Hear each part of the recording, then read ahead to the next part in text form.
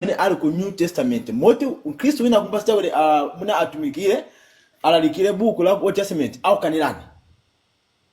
That's where we're missing point. Takadi kuziona nditu. That's why we're missing a lot of point. And I appreciate you guys. Asilamu shifkwa mama welenga Bible, Old Testament, the New Testament.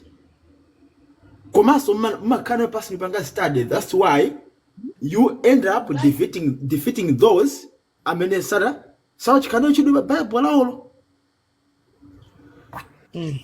Yeah, apo munuvumirizaso. Ngadapo kisa baba andisoso ja mwene munama. Ndapangapo ene tende machesha mbili kwa tinasiti koenda kuonele. Munafike pa mahalo ndi kuti mpingo wako mene umaziwa wewe kubuchona ku muzi balibe ndi aone kaipa nyumba. Ndibye kuti ngape mpire ukora kuchako. Zimene zichitika zimene iweyo mwina kasha mene wakula nayo zikusiyana kutali tali. Ndio umango choke.